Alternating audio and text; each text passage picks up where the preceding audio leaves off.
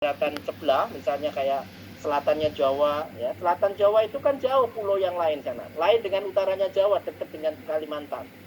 Nah, baratnya Sumatera, utaranya Papua, itu gelombangnya jadi tinggi karena angin bersentuhan dengan laut itu dalam jarak yang jauh.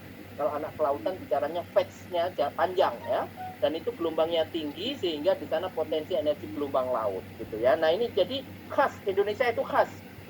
Bahkan Jepang saja mencari tempat di Indonesia untuk otek panas laut. Kenapa? Karena di Indonesia ini musimnya cuma panas dan hujan, tidak 4 musim. Sehingga perbedaan suhu di permukaan dengan kedalaman 1000 meter itu relatif konstan sepanjang tahun, relatif konstan dibanding dengan Jepang. Kalau Jepang itu pada musim dingin, suhu di permukaan dingin, di dalam ya dingin, jadi perbedaannya delta T-nya turun, efisiensinya rendah itu.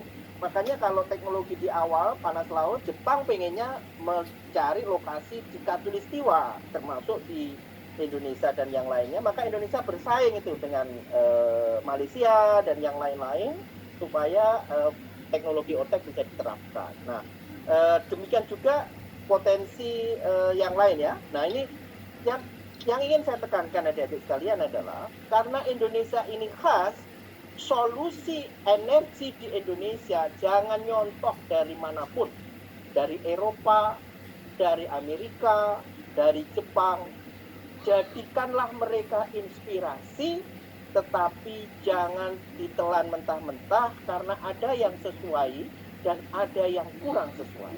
Ya, misalnya daerah kepulauan kayak kita ini ada yang cocok dengan mereka, ada yang tidak. Ya.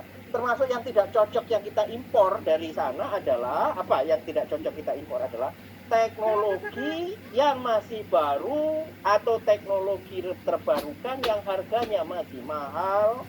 Kalau impor duitnya nggak cukup di kita, nanti saya mau tunjukkan gitu ya. Nah, makanya kemampuan dalam negeri itu harus ditumbuhkan, industri dalam negeri ditumbuhkan, anak-anak bangsa seperti adik-adik sekalian itu bertanggung jawab untuk mengisi kekosongan peran di bidang ini. Nah, ini saya kira penting ya.